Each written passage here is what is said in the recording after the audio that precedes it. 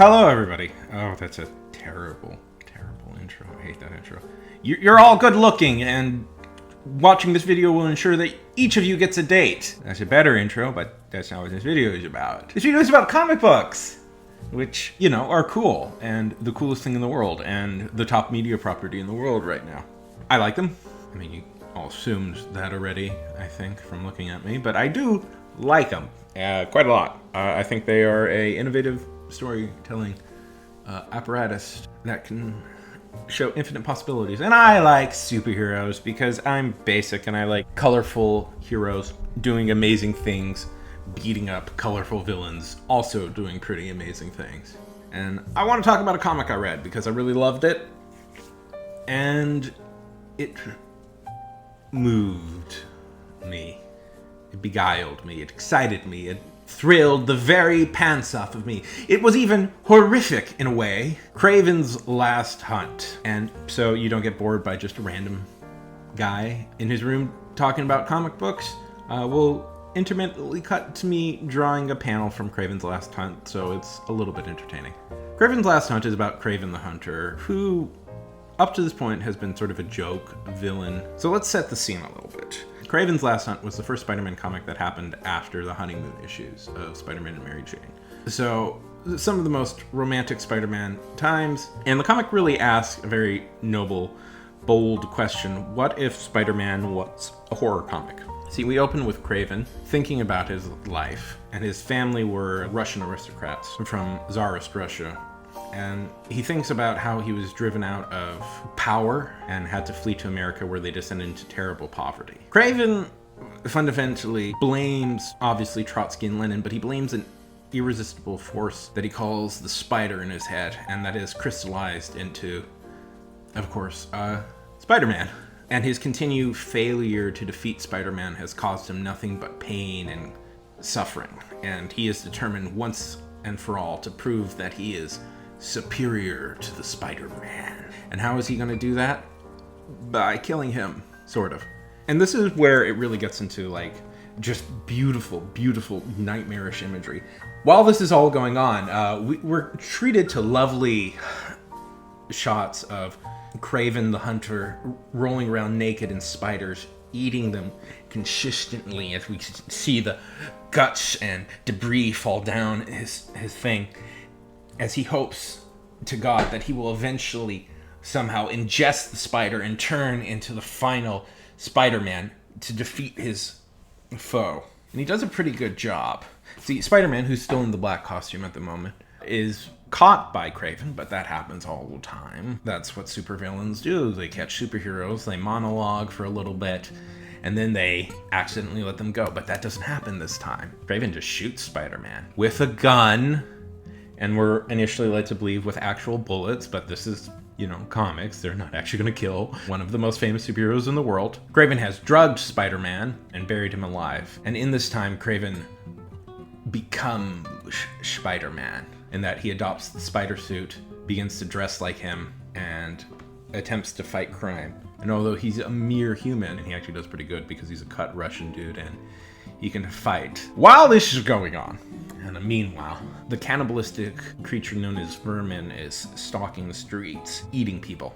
And I was actually really shocked when Vermin ate somebody. I was like, oh, this is a poor, misunderstood soul version of a poor, misunderstood supervillain. I didn't know who he was. And then, nope, you just see straight up he eats a person. It is a lot. I was actually quite horrified by that. Like, very like, because he kind of comes off like maybe a Teenage Mutant Ninja Turtles villain. And nope.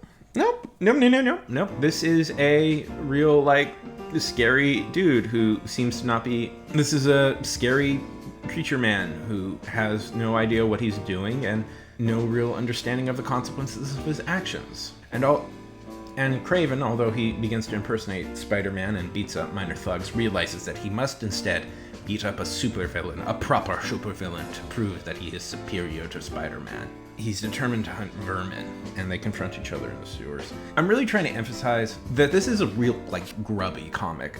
And the fact that, like, there's a significant scene that takes place in a sewer, and it's angry and it's violent, and we get a sense that this is a actual, like, street-level Spider-Man story in a really kind of amazing way, is quite shocking. And the fact that it's Kraven, a character that nobody really cared about up to this point and was considered essentially a joke, being turned into this desperate, brilliant, almost terrifying anti-hero is something wonderful to behold.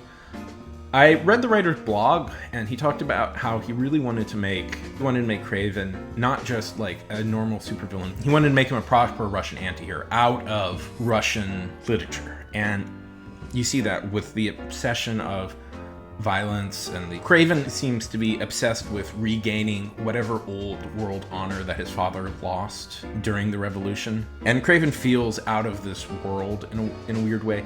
He has moralities, but they aren't like our moralities. They are moralities of an ancient, older people that maybe he just made up in his head. But he's particularly violent in every time he confronts somebody, and the fact that he literally confronts vermin in the middle of shit is quite a sight to hold. While all this is going on, Mary Jane begins to be very nervous that her new husband has completely disappeared. And being as they are newlyweds, and this is a terrifying prospect of them having disappeared for like 2 weeks, so nobody knows where he is or what happened, and she sees Kraven Spider-Man in action, and he is exceptionally more violent than Peter ever would be.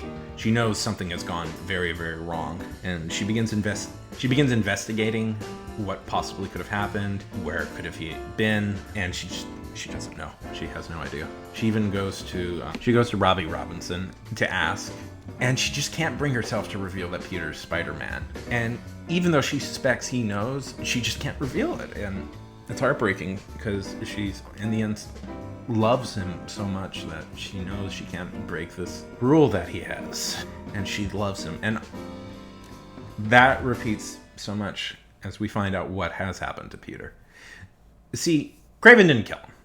I said that already, but I'm going to say it again because it segues into what I want to talk about next. Kraven didn't kill him. He just drugged him and buried him alive. And for 2 weeks, Spider-Man has just had nothing but horrific visions trapped within his grave, just like he sees Ned Leeds, and Ned Leeds tries to comfort him, and then he says, "But aren't you dead?" And then Ned Leeds just like disintegrates horrifically into guts and gore, and then he has to crawl through a giant spider as Peter just moves slowly but surely and tries as hard as he can just to get out of that damn grave. And it creates one of the most iconic images in Spider-Man. You've seen it before. Peter in the black suit hugging the grave. Great image. And through it all, Spider-Man is of course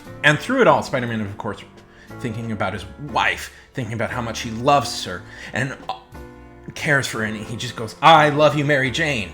I want to be back with you, Mary Jane." Now, obviously, the comic didn't say this, but clearly every time he repeats, "I love you, Mary Jane," he means, "I love you, Mary Jane, as a sister." Right? Because that's obviously what their relationship is, right, Marvel? Such a fucking stupid decision.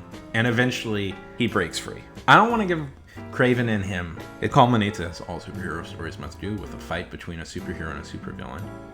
But Kraven, who has captured Vermin, lets Kraven, seems apathetic at best when Spider-Man arrives to try and fight him. Bah, he had done it before. He no longer needs to prove himself to Spider-Man, and because he proved himself superior to Spider-Man, and he waves him into an evil dungeon slayer that, everybody in New York can afford. That's just affordable, New York. Real estate is a giant apartment with a basement dungeon. And Vermin is there because, of course, he caught him because he's Kraven the Hunter. And Kraven the Hunter, and he releases Vermin into the wild, knowing that Spider-Man would have to go after Vermin because Vermin eats people, and Spider-Man has to leave Kraven, the man who just put him through terrible torment. Now, if I told you on this series, and I'm really trying hard to sell you on this, I must warn, if you are sensitive to certain triggers like suicide, probably don't go further than this. But Kraven does kill himself. And the series ends with Peter and Mary Jane finally being reunited, his name cleared, and Spider-Man very shaken